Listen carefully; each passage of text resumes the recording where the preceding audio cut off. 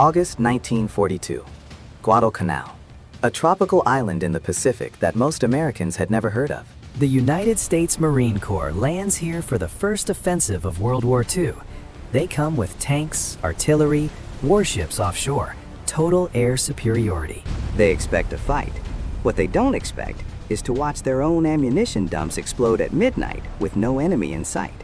They don't expect to find their sentries dead at their posts, with throats cut so clean the bodies haven't even fallen over. And they don't expect to hear Japanese voices whispering in the darkness, inches from the perimeter wire, that vanish the moment searchlights sweep the area. For 6 months, the Marines will hold a perimeter around Henderson Field, the airfield they captured on day 1. For 6 months, they will be surrounded by a Japanese army that has no tanks, no artillery support, no supply lines, and no hope of reinforcement. And for 6 months, that Japanese army will kill more Marines per square kilometer than any other battle in the Pacific. How does an army with no supplies, no heavy weapons, and no chance of victory hold the most powerful military force on Earth in place for half a year? That's exactly what we're going to find out. This is Hidden Truth Files. The Marines who landed on Guadalcanal in August 1942 were the best trained infantry in the American military. They had studied every previous battle of the Pacific War. They knew how the Japanese fought: banzai charges, frontal assaults, massed infantry waves. They were ready for that. What they weren't ready for was what happened when the sun went down. The Japanese 17th Army, commanded by General Harukichi Hikotake, had learned something from earlier defeats. They learned that facing American firepower head-on was suicide. So they developed something new, something the Marines had never encountered. They called it shugeki, infiltration. Here's how it worked. Japanese soldiers stripped down at night. No helmets, no boots, no rifles. They carried only grenades, bayonets, and knives. They moved in small teams of 5 to 10 men. They crawled through the jungle. They didn't use trails. They moved through the thickest brush, the deepest mud, the most impossible terrain, because they knew American patrols wouldn't go there. And then they waited. At the edge of the Marine perimeter, they lay motionless for hours, sometimes all night. They studied sentry patterns. They counted the seconds between flashlight sweeps. They memorized where machine gun nests were placed, where ammunition was stored, where officers slept. When they struck, it was always the same, between midnight and 3 a.m., the hour when human alertness hits its lowest point. They didn't attack the machine guns. They went for the ammunition first. Grenades tossed into supply dumps. Fires started at fuel depots. And while the Marines scrambled to contain the explosions, the infiltration teams moved deeper inside the perimeter. And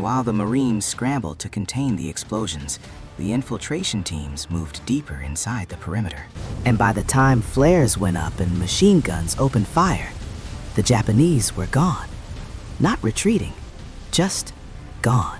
Melted back into the jungle like they had never been there. The Marines tried everything, and nothing worked. First attempt, stronger perimeter defenses, more barbed wire, more machine guns, more sentries. The Japanese responded by crawling through the wire, cutting it by hand, strand by strand, sometimes taking an entire night to create a gap just wide enough for one man to squeeze through.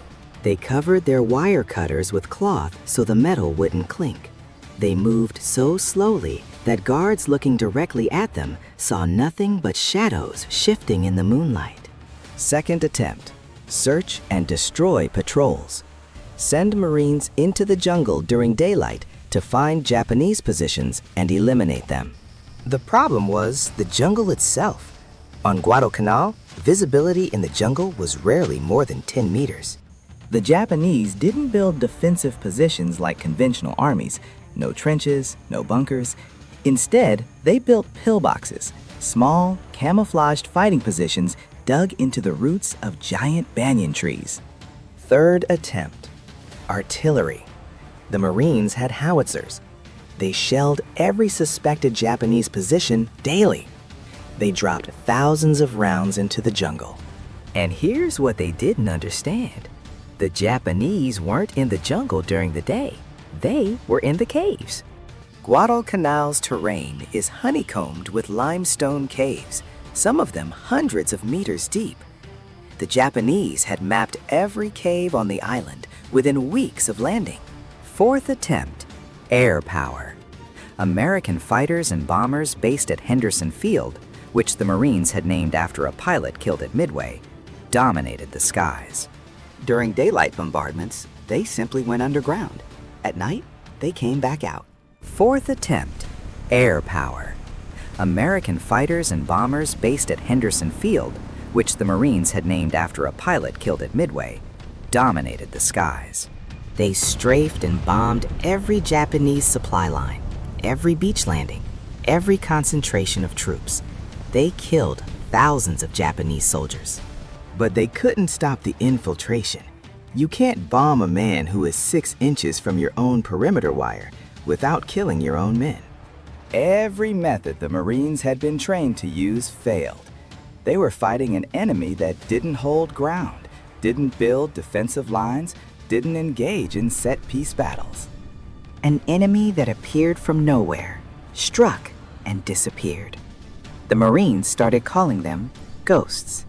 Before we go underground on Guadalcanal, and yes, we are going underground, I want to take a moment to thank you for watching Hidden Truth Files.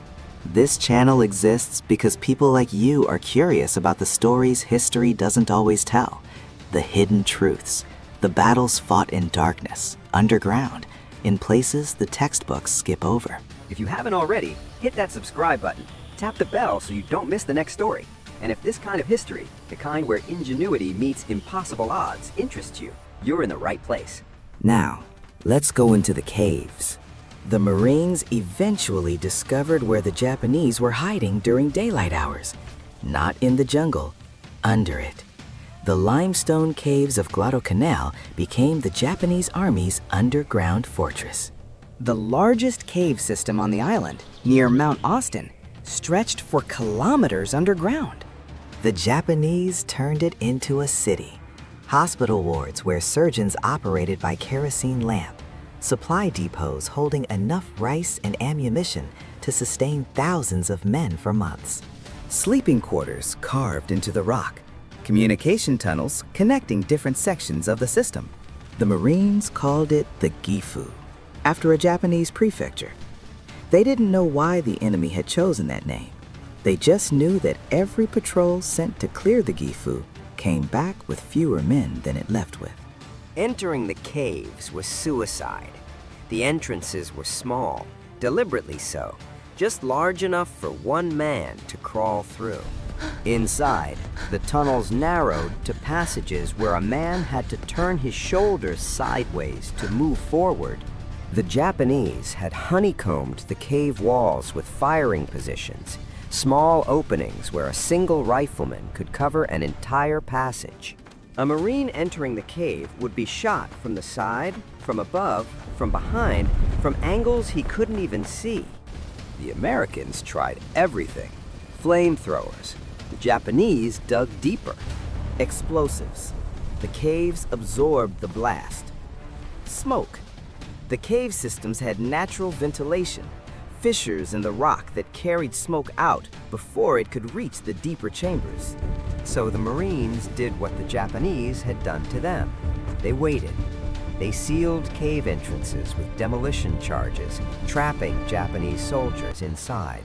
They posted machine guns at every known exit and waited for starvation to do what bullets couldn't. Some caves held out for weeks, others for months. Inside, Japanese soldiers survived on rations that would have killed American troops, handfuls of rice, cave water, whatever insects they could catch. They fought to the last man because they believed surrender was death.